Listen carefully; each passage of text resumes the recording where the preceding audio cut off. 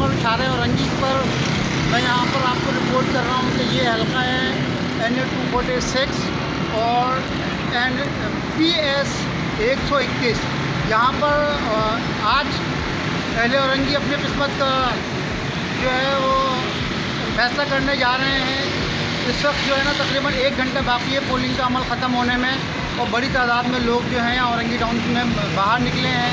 कई polling station पर ताख़ीर से पोलिंग के आगाज़ की शिकायत मौसूल हुई है। ताहम उम्मी तौर पर जो है पोलिंग का अमल बहुत जो है वो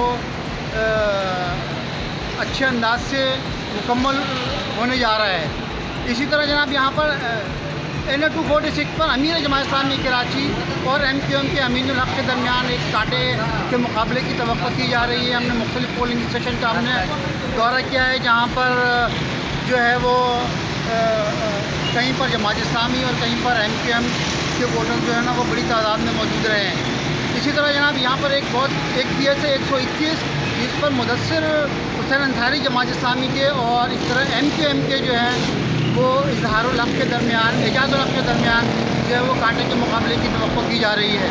बहरहाल देखना है कि रात को जब अब से 1 घंटे के बाद जब वोटों की गिनती जब शुरू होगी उसके बाद नताइज आना शुरू होंगे तो अंदाज़ा होगा कि कौन सी पार्टी जो है वो कामयाब होती है। हसन अहमद जसारत न्यूज़ कराची।